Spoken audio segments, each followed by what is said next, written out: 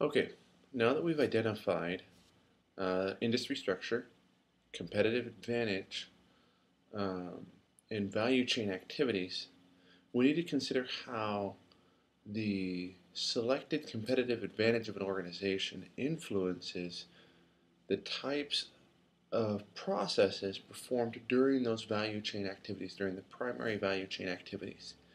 So, how is this done? Well, if a firm looks for competitive advantage in um, a low cost differentiation strategy, then what they're going to need to do is make sure that their processes reduce costs. Okay? Now, as we move from logistics, inbound logistics to operations, to outbound logistics, to sales and marketing, to service and support, one of the areas we can reduce costs is by making sure that the transition between each of those steps goes as smoothly as possible. So one of the ways we can do that is to make sure that those steps are as simple as possible. Okay, so if there's not a lot of information embedded in those steps, if it's a very simple process, it's a low-cost process, then it's going to be easy to transition from one to another. And the example in your textbook talks about a bicycle company that has only one employee. Most of most of the business processes are self-service by the customers, and the employee provides some controls and payment processing support. Okay? That's one way of focusing on primary value chain activities that generate a cost differentiation strategy is to focus on what we call those linkages, making those linkages vary between the value chain activities as simple as possible. You can do the same thing with um, with large complex processes by making sure that these activities are tightly what we call integrated together. So Walmart provides an example of this.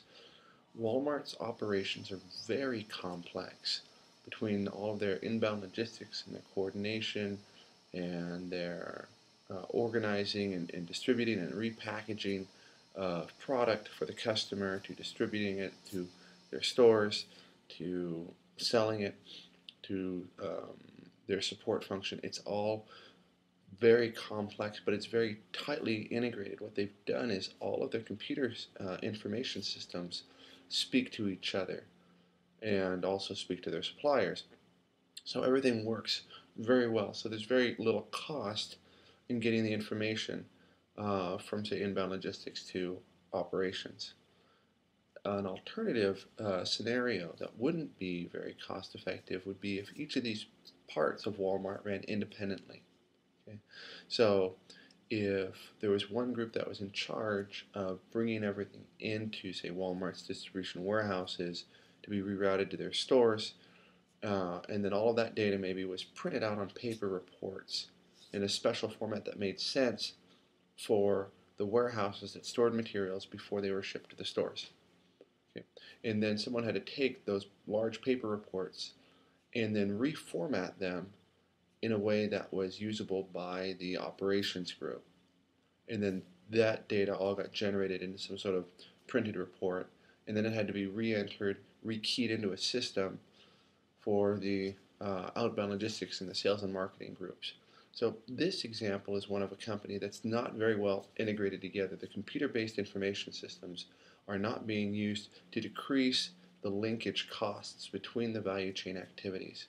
Okay, so focusing on either keeping your activities simple, like the bikes case in your textbook, or tightly integrating your company so that costs are brought as low as they possibly can uh, in coordination among these primary value chain activities. So they're both strategies or business processes that can support a low cost competitive strategy. Now, what about differentiation? Differentiation is going to focus on something that's unique, whether it's customer service or personalization um, or specific contextual customizations of the product according to local circumstances or um, the nature of the customer or the industry or what have you. So in this case, what we have is an organization whose primary value chain activities um, tend to cost more, but it's because those activities are designed to focus on whatever is perceived as the difference in the organization. So if we're a hotel chain and we have a high reputation or reputation for knowing our customers, for providing personalized support to our customers, then we're going to have an information system that stores data about our customers, their preferences in terms of room type, in-room meals, um, turn down service, places that they like to prefer to stay, whether they tend to travel with guests or privately. So all this information can be stored, and then this information can be used to uh, make this process as seamless as possible for the user. Okay, so the low-cost differentiation strategy focuses on reducing the transaction cost, reducing the cost of each of these value chain activities, and reducing the cost of the linkages between the value chain activities. Whereas with a differentiation strategy, the focus is on making sure that the type of value being added directly supports the type of differentiation that is um, the focus of the organization, and these can also be supported by information systems.